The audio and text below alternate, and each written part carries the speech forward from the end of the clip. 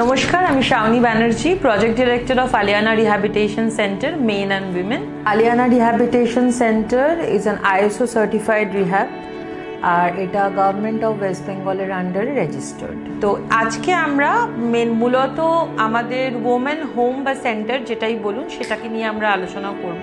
এই সেন্টারটা সম্পূর্ণভাবে চালিত ফিমেল স্টাফদের দ্বারা এবং এটা একটা ডিফারেন্ট আইডেন্টিটি। আলিয়ানা বেসিক্যালি দুভাগে বিভক্ত।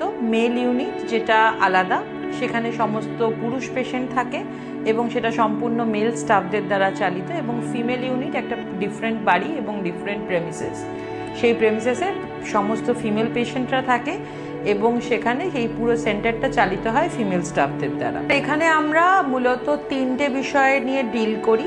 একটা হচ্ছে ড্রাগ ইউজার্স, অ্যালকোহলিক এবং মাইল্ড সাইকোলজিক্যাল ডিসঅর্ডার পেশেন্ট। তাছাড়াও আমাদের একটি স্পেশালিটি রয়েছে যেখানে আমরা প্রচুর এজেড পার্সন, যাদের ছেলে মেয়েরা বাইরে থাকে বা বিদেশে থাকে বা রেগুলারলি টেক কেয়ার করতে পারছে না এবং তাদেরকে একা থাকতে হচ্ছে, সেই ধরনের পেশেন্টকেও আমরা এখানে রাখি এবং তাদেরকে আমরা ট্রিটমেন্টের মধ্যে রাখি এবং তাদেরকে দেখাশোনা করি। তো এটা একটা separate part of Aliana rehabilitation centre, men and women both.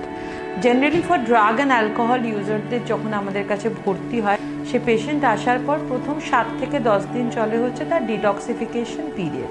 যে একটা সাবস্টেন্সের ওপর তার যে ডিপেন্ডেন্সি, সেটা হঠাৎ করে বন্ধ হয়ে যাওয়ার পর তার যে বিভিন্ন রকম শারীরিক সমস্যা দেখা দেয়, সেই শারীরিক সমস্যাগুলোকে আমরা মেডিসিন এবং থেরাপির মাধ্যমে ট্রিটমেন্ট করি এবং এই সময় পেশেন্টকে কমপ্লিট বেড রেস্ট দেওয়া হয়।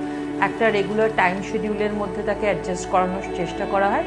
সো স্বাভাবিকভাবেই একজন পেশেন্ট ভর্তি হওয়ার পরে আমাদের যে মেডিসিনের ডক্টর, সে পেশেন্টকে দেখে এবং তারপরে তার অ্যাপস তার সাবস্টেন্স, যে সাবস্টেন্সের দ্বারা সে অ্যাডিক্টেড, সেই সাবস্টেন্সের উইথড্রলে যেই ধরনের শারীরিক সমস্যা হয় সেই সমস্যাগত মেডিসিন তাকে দেওয়া হয়, যাতে তার শরীরে কোনো রকম কোনো সাইড এফেক্ট বা কোনো রকম কোনো নেগেটিভ এফেক্ট না হয়।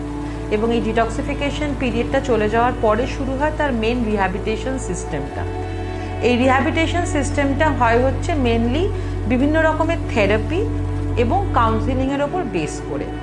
প্রথমে পেশেন্টকে আমরা একটা বেসিক টাইম শিডিউলের মধ্যে আনার চেষ্টা করি, যেখানে তাকে একটা ফিক্সড সময় ঘুম থেকে ওঠা, সেম টাইমে ব্রাশ করা, নিজের সেলফ কেয়ার করা এবং তারপরে তার ডিফারেন্ট টাইপ অফ ক্লাসেস। আমাদের এখানে সাইকোলজিক্যাল পেশেন্টদেরকে ডিল করে one of the top most psychiatrist in Kolkata, যার স্পেসিফিকেশন হচ্ছে এই অ্যাডিকশন কাউন্সিলিং বা different type of psychological disorder, এবং সেখানে সে পেশেন্টের অনুযায়ী তার মেডিকেশন এবং তার সমস্ত রকমের ট্রিটমেন্টের ব্যবস্থা এখানে করা হয়।